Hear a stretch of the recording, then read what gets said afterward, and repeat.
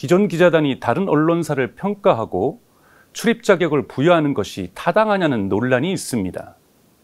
검찰 기자단 운영 관련 국민의 알 권리에 부합하지 않는 점이 있다면 국민의 눈높이에 맞게 개선돼야 할 것입니다. 정부도 기자단 자체 운영과 별개로 출입증 발급, 보도자료 배포 범위 등 기자단과 협의해온 기존 관행을 면밀히 살펴보고 보도자료 및 공식 브리핑 공개 등 정부 부처 차원의 개선 방안을 검토하겠습니다. 미디어 오늘. 오늘은 검찰 기자단 해체 요구 국민청원에 답변드립니다. 청원인께서는 검찰 기자단을 병폐의 고리라 지적하시며 무소불위의 검찰 뒤에서 특권을 누리며 공생하는 검찰 기자단이 있다고 주장하셨습니다. 이어 검찰 기자단은 폐쇄적 운영을 통해 특권을 공고히 유지하고 있다고 하시면서 검찰 기자단 등록 시 기존 출입 기자의 허락을 얻어야 하는 것, 미등록 시 기자실 이용 및 브리핑장 출입 불가, 보도자료 수신 불가한 점 등을 언급하셨습니다. 청원인께서는 폐쇄성이 짙어지며 패거리 문화가 싹트고 검찰이 흘려준 말 한마디가 온 신문과 뉴스에 도배돼 순식간에 거짓도 사실이 되어 버린다며 기자단 해체를 요구하셨습니다. 본 청원은 34만 3,622명의 국민께서 동의해 주셨습니다.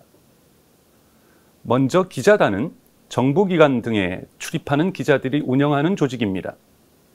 청와대와 국회, 주요 부처 등의 기자단이 있으며 정부는 국민의 알 권리 보장과 취재 효율성 측면에서 보도자료, 기자실 등의 편의를 제공하고 엠바고 등을 협의하고 있습니다. 첫 번째, 청원인께서 언급하신 검찰 기자단의 폐쇄성은 언론 등을 통해 보도된 바 있습니다. 검찰 기자단에 가입하기 위해서는 3명 이상의 기자로 구성된 팀이 6개월 이상 법조 기사를 보도해야 가입 신청이 가능하고 신청 후 기존 기자단 3분의 2의 출석과 3분의 2의 찬성을 얻어야만 기자단이 될 수 있다는 것 등입니다. 기존 기자단이 다른 언론사를 평가하고 출입 자격을 부여하는 것이 타당하냐는 논란이 있습니다.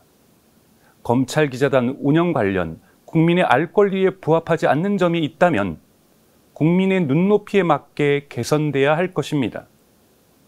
정부도 기자단 자체 운영과 별개로 출입증 발급, 보도자료 배포 범위 등 기자단과 협의해온 기존 관행을 면밀히 살펴보고 보도자료 및 공식 브리핑 공개 등 정부 부처 차원의 개선 방안을 검토하겠습니다. 두 번째, 검찰이 피해 사실을 언론에 흘려 공소를 유지하는 데 유리한 조건을 만드는 등의 행위가 사회적 문제로 제기돼 왔습니다. 청원인께서는 이 과정에서 검찰 기자단이 검찰을 감시, 견제하기보다는 검찰의 입장을 전달하거나 확산시키는 통로가 되고 있다는 우려를 나타내셨습니다.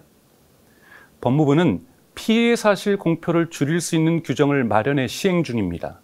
피해 사실 공표란 검찰, 경찰 등 수사기관에 종사하는 사람이 직무 중 알게 된 피해 사실을 기소 전에 언론 등 불특정 다수에게 알리는 것으로 형법 126조에 따라 처벌받을 수 있으나 피해 사실 공표는 관행적으로 이뤄져 왔습니다.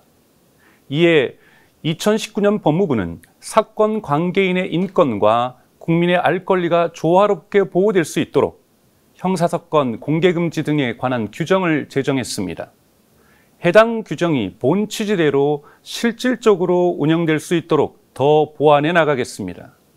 정부는 지난해 말 공수처 관련법, 국정원법, 경찰법 등을 개정해 권력기관 개혁의 제도화를 이뤄냈습니다.